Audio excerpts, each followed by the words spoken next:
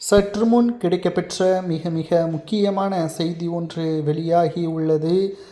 அதிமுகவின் மிக முக்கியமான நிர்வாகிகளுடன் பன்னீர்செல்வம் அவர்கள் தொலைபேசியில் பேசியுள்ளார். அனைத்திந்திய அண்ணா திராவிட முன்னேற்ற கழகத்தை பொறுத்தளவிற்கு மிக முக்கியமான முடிவுகள் பொதுக்குழுவில் தீர்மானமாக நிறைவேற்றப்படும் என்று எதிர்பார்க்கப்பட்டது.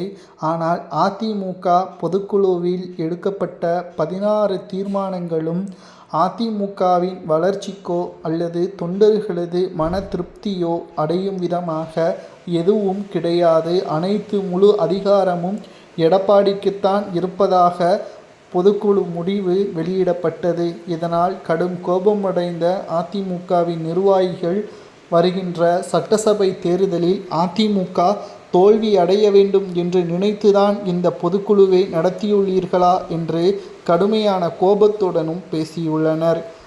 பன்னீர்செல்வத்தை தொடர்பு கொண்டு அரை மணி நேரம் கிட்டத்தட்ட 47 தென் மாவட்ட நிர்வாகிகள் பேசியுள்ளனர். டிசம்பர் 15ஆம் தேதி எடுக்கக்கூடிய முடிவிற்கு நாங்கள் கட்டுப்படுவோம், உங்களுக்கு ஆதரவாக இருப்போம் என்றும் தென் மாவட்ட நிர்வாகிகள் கூறியுள்ளனர். எதிர்பார்த்த அளவிற்கு OPS அவர்களது பெயரை கூட தீர்மானங்களில் நிறைவேற்றப்படவில்லை. இதனால் பன்னீர்செல்வம் அவர்கள் புதிய கட்சியை தொடங்குவார் என்ற தகவல் கிடைக்கப்பெற்றுள்ளது.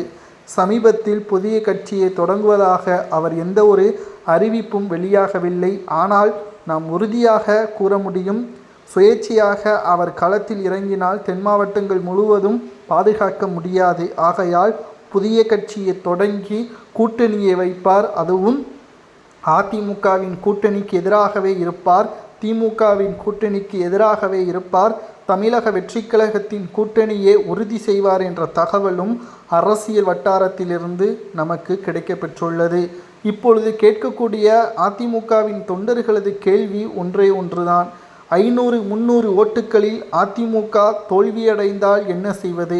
அது எடப்பாடி பழனிசாமியால் தான் காரணமே தவிர OPSஆல் காரணம் என்று கூற முடியாது. அவரால் அதிமுக தோல்வியடைந்தது என்று எடப்பாடியால் கூற முடியாது. காரணம், அவர் கடைசி வரைக்கும் அதிமுக ஒருங்கிணைய வேண்டும் என்ற முயற்சியில் தான் ஈடுபட்டு வருகிறார்.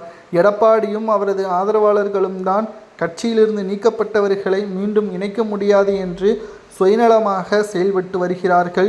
நிச்சயம் அதிமுக வெற்றிக்கு OPS அவர்கள் இருக்க வேண்டும் என்றால் கூட்டணியாவது OPS உடன் வைக்க வேண்டும் என்பதையும் நம்மால் பார்க்க முடிகிறது.